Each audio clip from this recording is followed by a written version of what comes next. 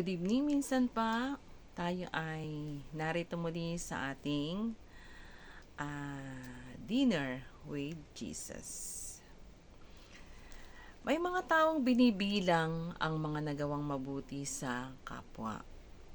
At kung minsan pa ay hayagang sinasabi, lagi na lang umaasa, palaasa, hindi gumagawa ng paraan para magkaroon. Sinasabi ng Galatia 6:9, kaya't huwag kayong magsawa sa paggawa ng mabuti. Pagdating ng takdang panahon, tayo ay aani kung hindi tayo magsasawa. Ang makagawa ng mabuti ay isang privilege, isang pagkakataon, dahil hindi lahat ay nabiyayaan ng ganito. Kaya tulad ng sinasabi ng ating teksto, pagdating ng panahon, tayo ay aani kung hindi tayo magsasawa.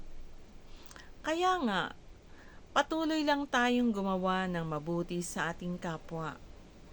Dahil, sinasabi nga, may gantimpalang nakalaan kung hindi tayo magsasawa. Sa minsan pa, yan ang ating maikling pagkain ng kaluluwa na alam ko magiging kabusugan ng espiritu ng bawat isang makakapakinig. Tandaan lamang, Jesus loves you.